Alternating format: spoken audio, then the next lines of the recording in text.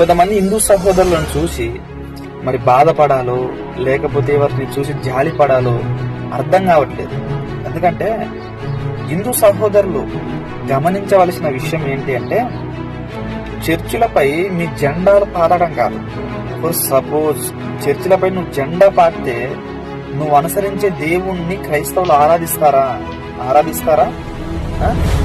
అది నీకు అర్థం కాలే. నువ్వు చర్చిపై జెండా పాతగలవేమో, కానీ మా గుండెల్లో నిలుపుకున్న యేసుక్రీస్తు వారిని మాత్రం నువ్వు తీసేయలేవు కదా. నువ్వు చర్చిపై జెండా పాతగలవు, చర్చిలోకి వచ్చి నువ్వు ఏదైనా నువ్వు చేయగలవేమో, కానీ మా గుండెల్లో నిలుపుకున్న యేసుక్రీస్తు ప్రభు వారిని నువ్వు తీసేయడం నీ తరం కాదు. అందువరకు మిమ్మల్ని చూసి జాలి పడాలో లేకపోతే మిమ్మల్ని చూసి బాధపడాలో అర్థమే కాదు. ప్రాణం పెట్టిన యేసుక్రీస్తు ప్రభు వారిని మాలో నుంచి తీయడం ఎవరి వల్ల కాదు, ప్రాణం పోతే తప్ప.